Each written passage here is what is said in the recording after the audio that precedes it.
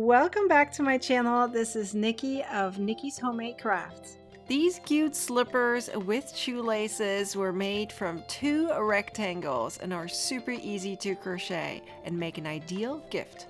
This pattern is part of a very special event called the Advent Calendar Crochet Along. It has a mystery effect to it because you don't know which pattern will be published each day. There will be 24 free crochet patterns out of 30. You can get the entire 30 crochet patterns in an ebook.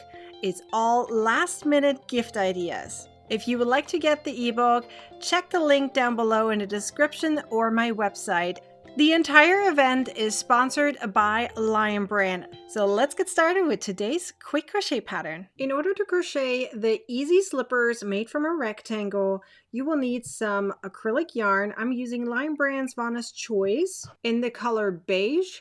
I'm also using a G+ crochet hook. Remember, if you want to make this pattern in a different size, so for different sized feet, you will need to reference the written pattern as it has a reference table. These slippers that I'm showing in this video are for a size roughly 8 or 9.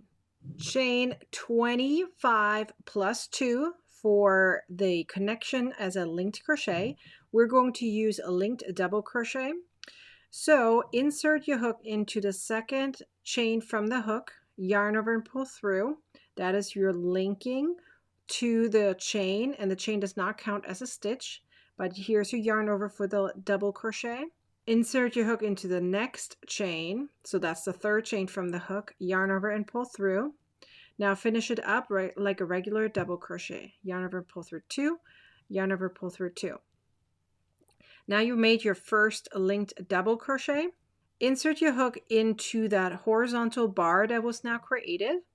That is how you're linking your stitches together. Yarn over and pull through. That is your yarn over but linked for the double crochet. Insert your hook into the next chain, yarn over and pull through. Now finish it up like a regular double crochet. Now keep crocheting that until the end of the row and turn. Repeat this until you have 16 rows.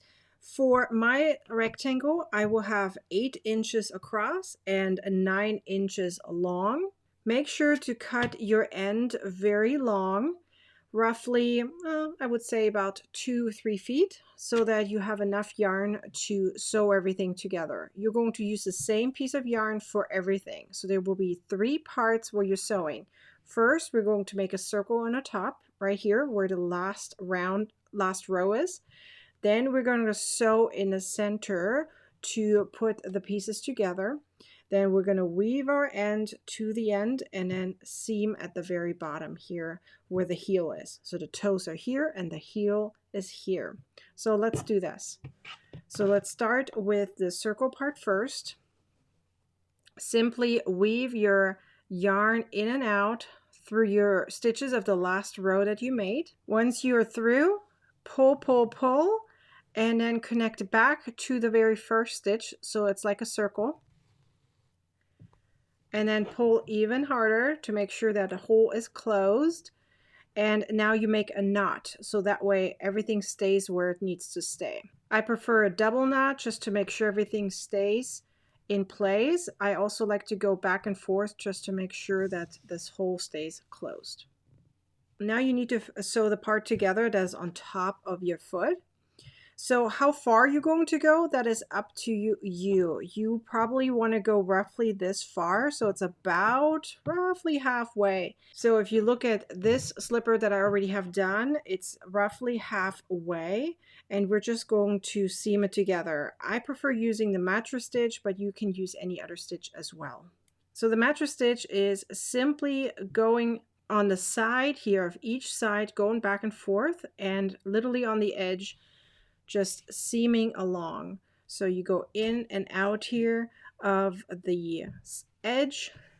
Once you went to your spot, you want to pull it a little bit so everything kind of seams up, and then make a knot just to make sure everything stays in place. Now you will need to weave your yarn from this point to this point, or this to this. Either way is fine.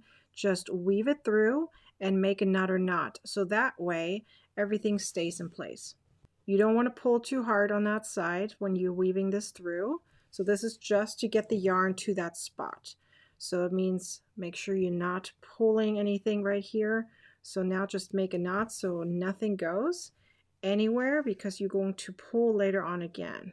So now you're going to fold this together and do the mattress stitch again. Go from the top down or from the bottom up, however you want to prefer doing this. So I like to just go in and out of my stitches, again, back and forth from one side to another. Just like before, pull and pull a little bit, but don't pull too hard. This is just to get the two sides together. So you want to hold tight and then pull a little bit.